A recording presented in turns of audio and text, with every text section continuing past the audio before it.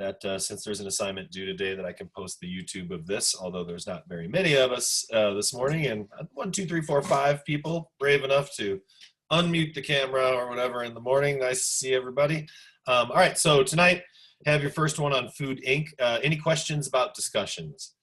I've got what I expect from discussions, kind of a big, long thing, but really the easiest way to attain all 20 points is to post, like posting a minimum of 3 times. If people are on Facebook or anything like that, whatever, Twitter, TikTok,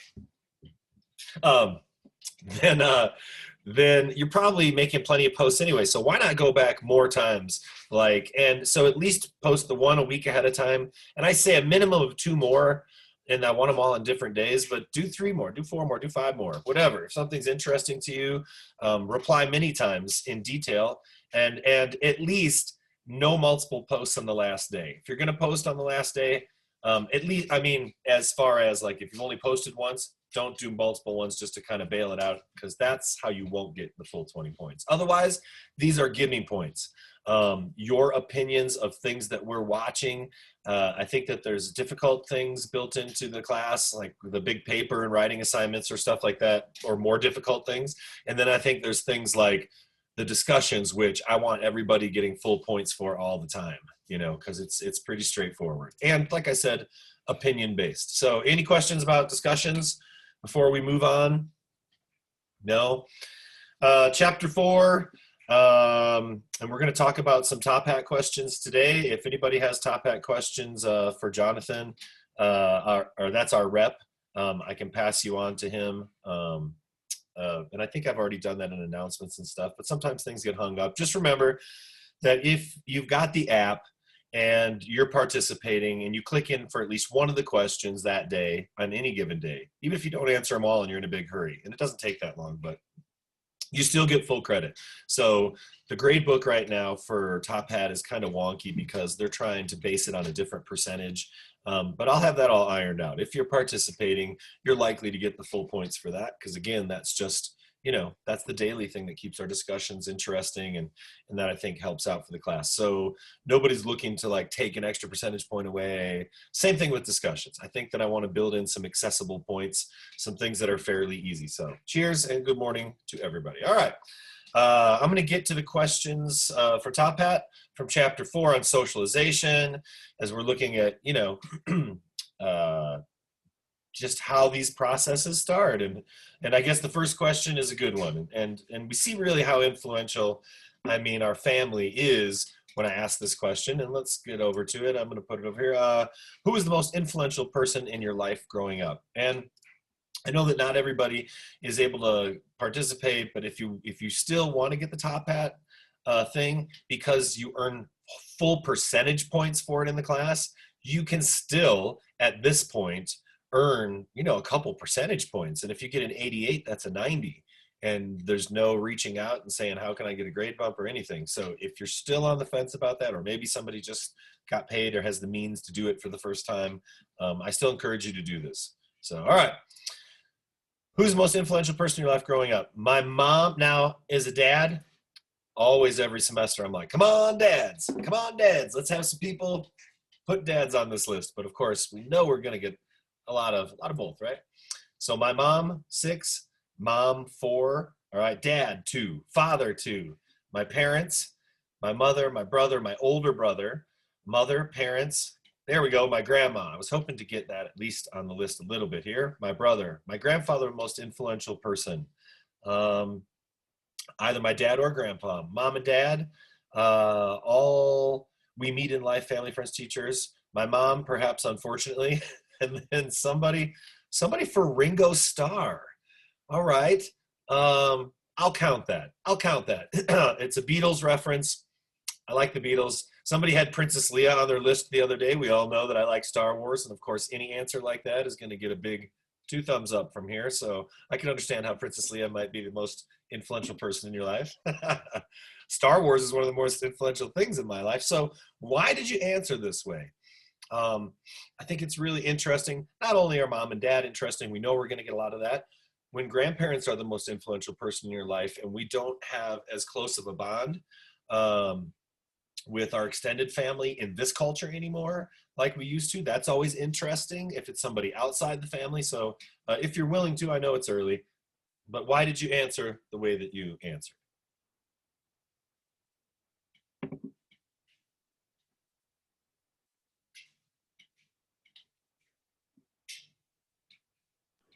Well, I'll share. So I chose my grandpa more or less just because I was lucky to share the exact same birthday with him.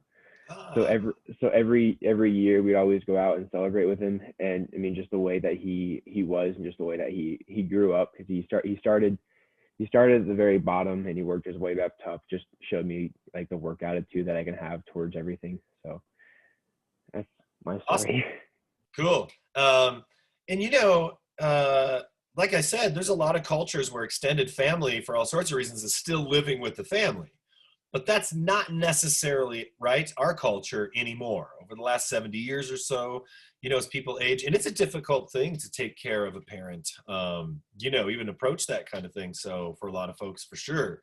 So understandably, but for other reasons, that we have access to this, things like that. Folks go to assisted living places and things like that more so than ever. So I oftentimes see grandparents listed less, but I think in other cultures, if we ask this question, it might be more, quite a bit more, or a higher percentage of people. At least gets us to thinking about that sociologically. Who else has something? Anybody? Why you chose what you chose? As far as, I mean, think about this: the most influential person in your life. I mean, that's a pretty big thing to say, right? I think my son would pick his dogs. He's a super dog guy.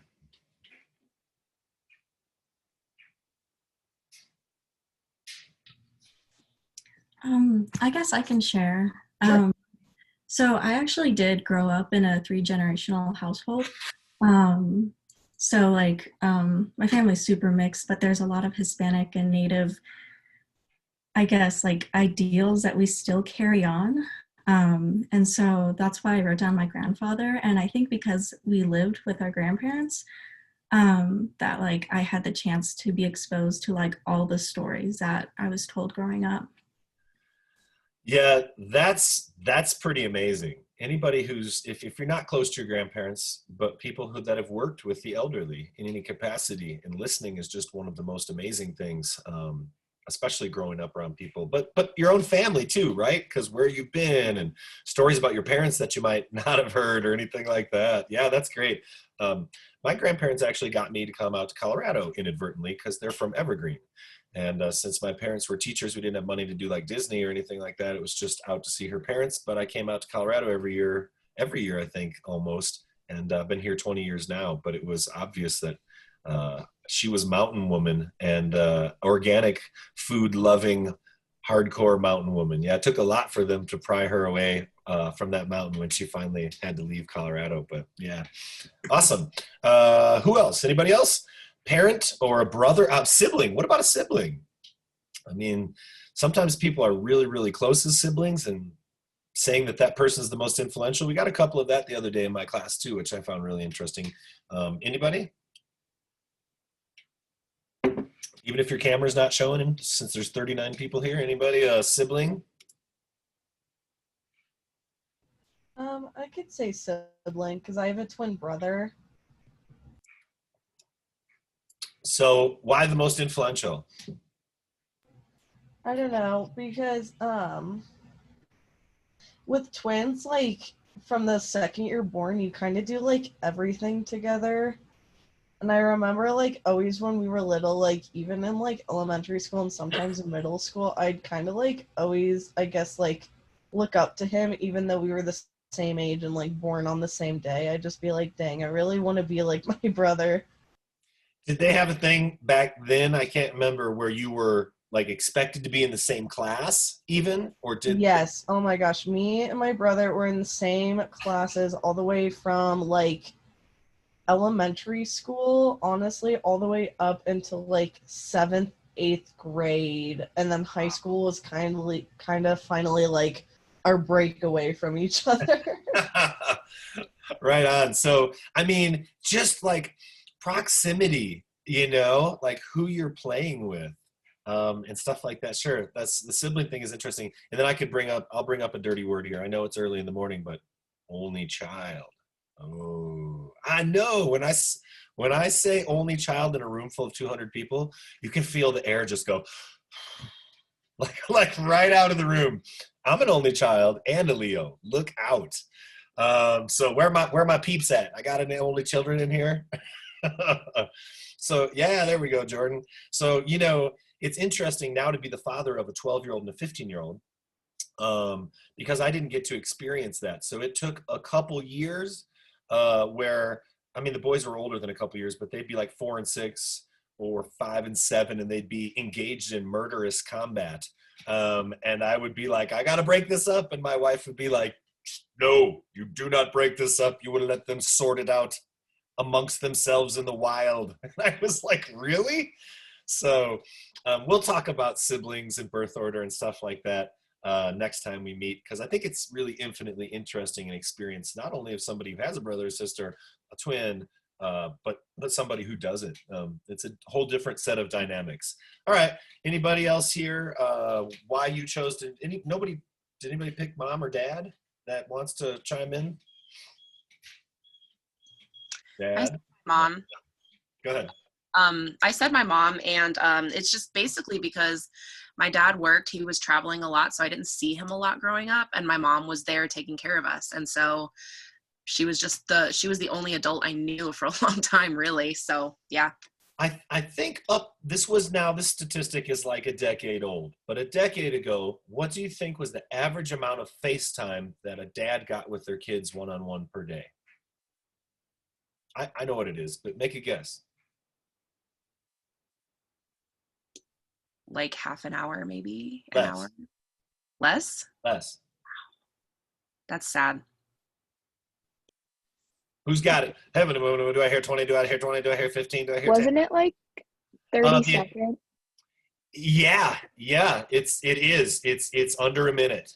Now that's a while, and families change, but we start to get a picture of like a certain amount of expectation. That experience that you had may be a very similar experience, and for all sorts of genderized reasons and other reasons as well. But yeah, I think it was 30 seconds to a minute or something like that. Now, like I said, that's a bit since I've looked at that particular statistic, but we're not relying on it to save our lives. So let's just say it's a really short amount, or a surprisingly short amount for sure. All right. Anybody else before we move on? Hey, Storm.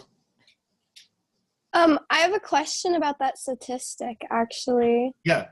So did it like take into account like people whose dads aren't always there as well? It's a while now, so I'm not sure, but I think they're looking. Okay. Yeah, they're looking across the board and whether somebody travels and is gone all the time or is in that house or not. I think probably if there's historically speaking single parent households, the parent that the courts and everything are going to generally be with more of the time is probably going to be a mother figure, Yeah. like that. My house with my like family relationship, I only saw my dad like 1 week in the summer, and then like we'd switch off holidays. So 30 seconds makes sense for someone like me, but if you live with that person every single day, that just like blows my mind. Yeah, I do think some of it is going to be that, but maybe that's like a 5 or 10 minute thing. And maybe as a culture, I think to a certain degree, we've moved a bit away from like dinner, you know what I mean? Like things that maybe everybody used to do. And of course that's different culturally. There are cultures within this culture that are like, that's very important. Or it's, we all just eat on the go, and so at least you used to be able to count maybe on that meal time as a sort of regathering. But yeah, it's a really surprising and something I think then more so as a sociologist would be like, well, then what can I do about that? Right? What could we do to get more time, for dads if it's so lacking in comparison, depending. And of course, not every home is like we were talking about, as a 2-parent home. And then those breakups for single parent homes along gender lines, pretty different as well, meaning, pretty outweighed by gender. So good. All right, well, let's move on to the next question then. That's a good round of answers. All right, personality. Describe your personality in one word. All right, should I read them all off? This is good. This will be good. And then now we'll match the personality with the, no. So do you think you could, if there was 4 or 5 or 6 of you in your family and everybody got one word to describe their personality, do you think you'd exactly know who it is right away? Oh yeah, okay. Maybe I'll get you to describe somebody else in your family with one word after I read this list. The sociologist in me has already got me thinking. All right. Outgoing, bubbly, outgoing 3 and bubbly 2. Mellow, driven, thoughtful, ambitious, ISTP. Uh-oh, somebody explain it to me.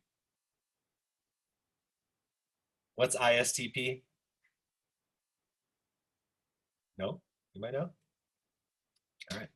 I thought maybe this is a new abbreviation that I'm way behind on. I'll have to ask my kids. All right. I think actually part of that personality test, right? I know I is like introvert, E is like extrovert. Oh, right. I forgot what the other letters stand for, but I think that's where they were going with that. Okay, thank you. Direct, friendly, sassy, dry, changing, optimistic, extroverted, complex, determined, intricate, Leo, bipolar, Leo.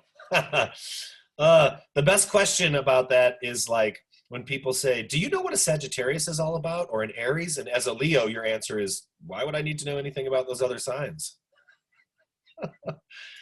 Easygoing, aspirational, bright, colorful, goofy, passionate, compassionate, introverted, calm, accomplishing. All right. Is that list the first thing that came to your mind, or is that what people describe you as? You know what I mean? Like, is that how you've come to know yourself, or is it how you've come to know yourself from what other people think of you? Like, because if it was me describing my personality, I might be like boisterous, but or other people might be like boisterous, and I'll be like caring. But it's like their perception of you. What do you think? I used an adjective that somebody else has described me as, and like it was a more popular vote as well. Okay, good. Who else? Did it pop into your mind as how you describe yourself now that you're thinking about it, or how other people would? I did mine more based on like how I view myself. Cool. Can I ask which one you chose? I said accomplishing. Cool. Awesome. Now, I actually kind of would like to know, for people who have their cameras on, I don't usually single people out, but what word did you choose? Because I can see your faces. It's a social experiment here. I chose passionate, and All right. that one was something that I picked for myself. Cool. James? I actually had trouble finding the questions because I think it's under All right. February 25th, so All I right. didn't even answer them. Yeah. Okay. Don't worry about that. You're not going to lose any points for it. Yeah, those dates are from last semester, although the questions have sort of rebooted, and then I add new ones. But what would you say? Describe your personality in one word. I would say determined. All right. Good. Determined. Landon? Sorry for pointing.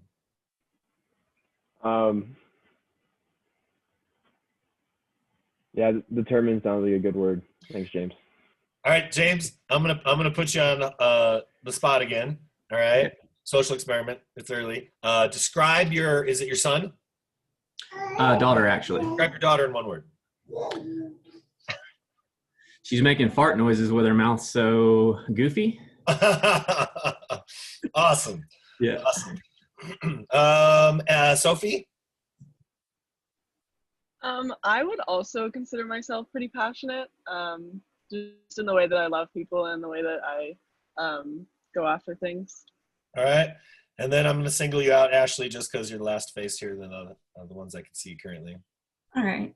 I put down aspirational, and that was based on of how I see myself.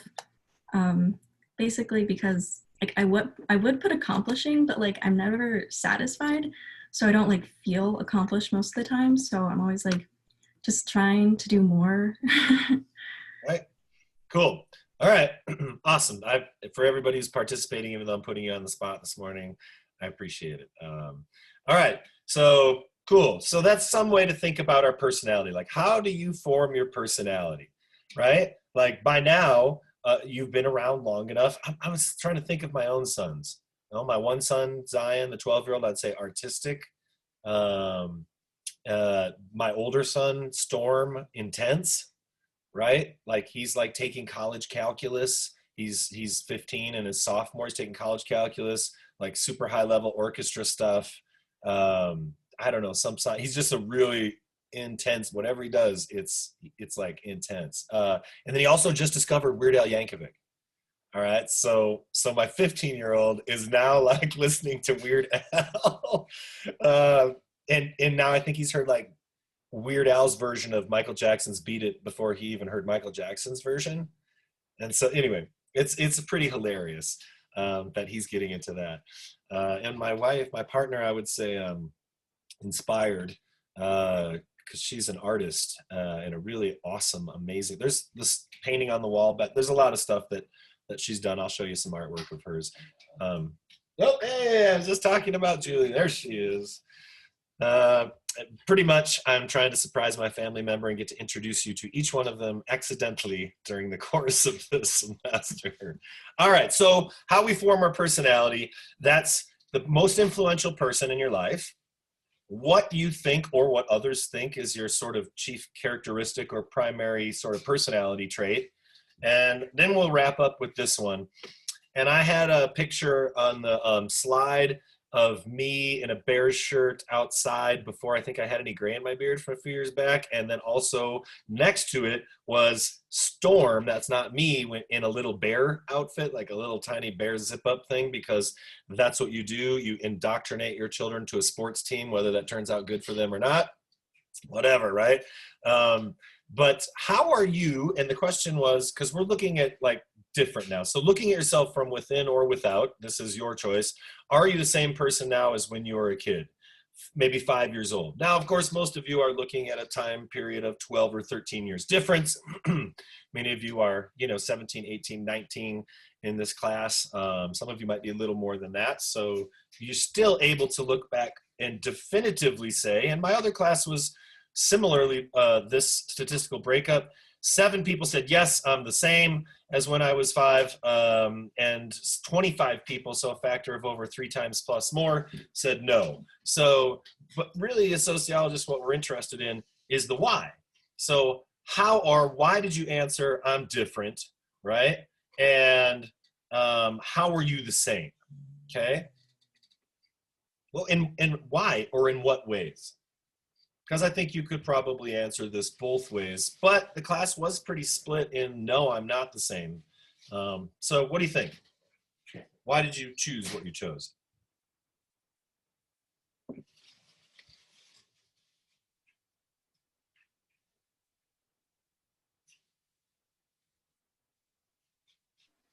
I didn't answer just because I had the same issue as James. But I would say that we're all inherently different in a lot of ways because we've just matured in general.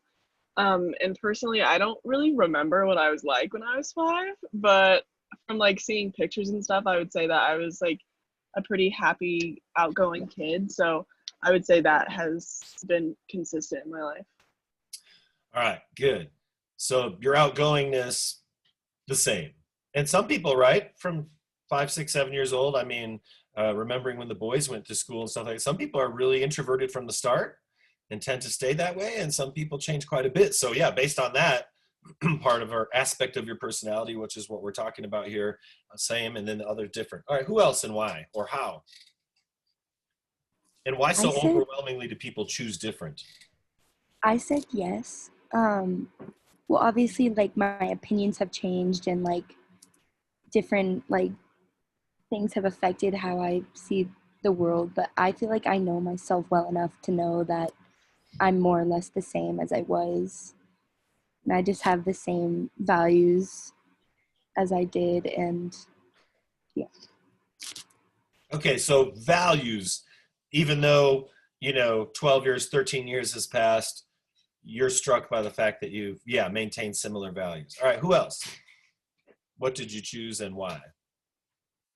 Or how are you the same or how are you quite different?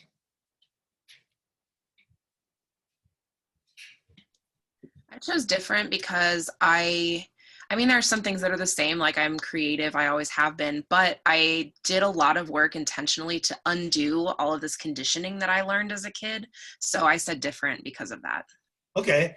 Yeah, you bring up a really great part there, which is some of the learning that we do as human beings is just the byproduct of being in a space with other people. It's unintentional. And some of it, the learning is like, as a parent or as a child is like very intentional. So yeah, and it's interesting that that kind of leads to this thing as somebody said it yesterday. They're like, when we were talking about this, they're like, welcome to my therapy session.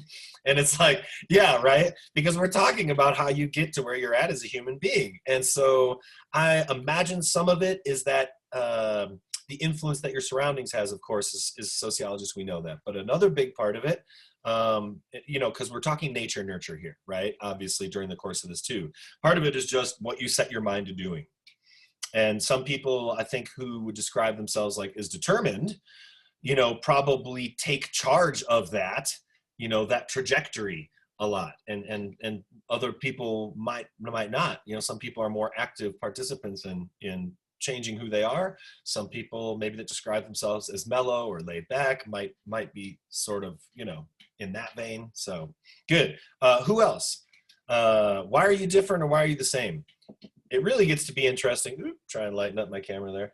It really gets to be interesting now that like I'm 47 to look back and say, wow, this is exactly the same as when I was 7. Like I have this same passion. Yeah. What do you think?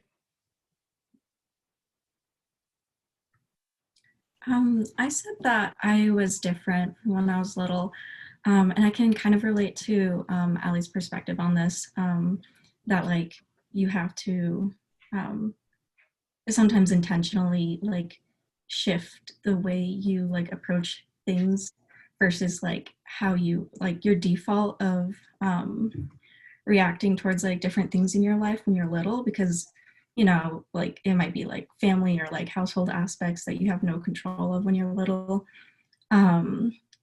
But in some ways I was like, I'm really like similar because I've always been a pretty like self-aware, like analytical person. But I think the way I like have that affect my daily life is totally different from when I was little. So I'm able to like stand up for myself more and like not be so like introverted. Yeah. And so when I was asking that question about the most influential person in your life so far, it's interesting because in a room full of folks that are generally speaking like 18, let's just call it that, or 19 or whatever, average age somewhere around there. But now you're getting into this point in your life where friends, right? I hope, you know, continue to be like an even bigger influencing factor. So generationally, it's interesting because I was talking to somebody the other day and I said, yeah, I was listening to somebody and I was asking Storm, hey, do your friends like do they say, hey man, like you could do this better? Or, hey man, do they challenge you on things or do they just kind of let it go? Because I said, so some tokens, everybody does a little bit of each. But I would definitely talk about the thing with my partner, Julie, a generational thing where when we were growing up, it was like a trait of a friend to challenge you on something to get better instead of just sort of not say anything, right? And so I don't know if that's generational, but for us, yeah, that was kind of the mark of a good friend, is someone who would kind of push you to do that. So now, early on, you know, people are around their parents all the time. But now for, I guess, lots of folks, and I sometimes I don't even think about it, but people are away for much more of the time. So it's interesting. I still talk to my mom almost every day, but I have lived 1,000+ miles away since college for a long, long time. Oops, sorry, it's trying to lighten up my camera. All right, good. So yeah, anybody else on that last one? Awesome. Well, I think in some ways you are obviously the same, and in some ways you're very, very different. And as sociologists, what we look at is why and how that changes over the course of your lives, and what that means to us. So primary socialization, secondary socialization. We'll get to all this, and I will lecture a little bit about it. I'm going to do some lecturing on Tuesday. So tune in Tuesday morning, and I'm going to do a little bit something different for our class. Now, I'm going to check and make sure that I thought that if I just opened the questions and asked them, that it wouldn't matter if they were in a folder or not, that you'd get a notification that there would be something there. So I want to see how that works. But rest assured, if you've been unable to see that a question is open, you're not going to lose credit for that. I want to make sure that this just works better and better throughout the course of the semester. So I'll chase it down. We'll figure it out. That being said, right after class, I'm going to go open up some more questions. So search around, because I will have questions open, whatever, for today until I can figure out how to get them all in the same place. I really haven't thought about that before, because usually I'm presenting these to a class and they're open for just a couple seconds and everybody's there live. So I'll work that out. Any other questions? Oh, I didn't see this to the side. Verena, I know she's gone now, but in Germany, same here. Only child in Leo. Yeah, the people running this class are intense, yo. It's all about us. No, I'm just kidding. Although I guess I do know a thing about cancers, if you believe anything about like astrology stuff, which I think I kind of do, because both my partner and my son are cancers, and they're supposed to be like a bit like homebodies into their shell or their place and stuff like that. Textbook cancer over here. See, there are, excuse me, those that just are like fit on down the line. But anyway, all right, great. Any final questions before we go? I will post this just in case you were all here for it. Don't want to watch it again, but just in case. And then I'll be lecturing Tuesday. You can start to move into chapter 5 if you want. I think that's a good idea anyway, to keep rolling with this, even if I'm coming back to talk about a couple specifics from chapter 4. So I'll ask questions. Otherwise, I'll wait for just a second here. I may have said it the other day that it was National Voter Registration Day. I may not have said it, I don't know, but I'm just going to keep telling you, register to vote. Get on websites, find out how much time you have.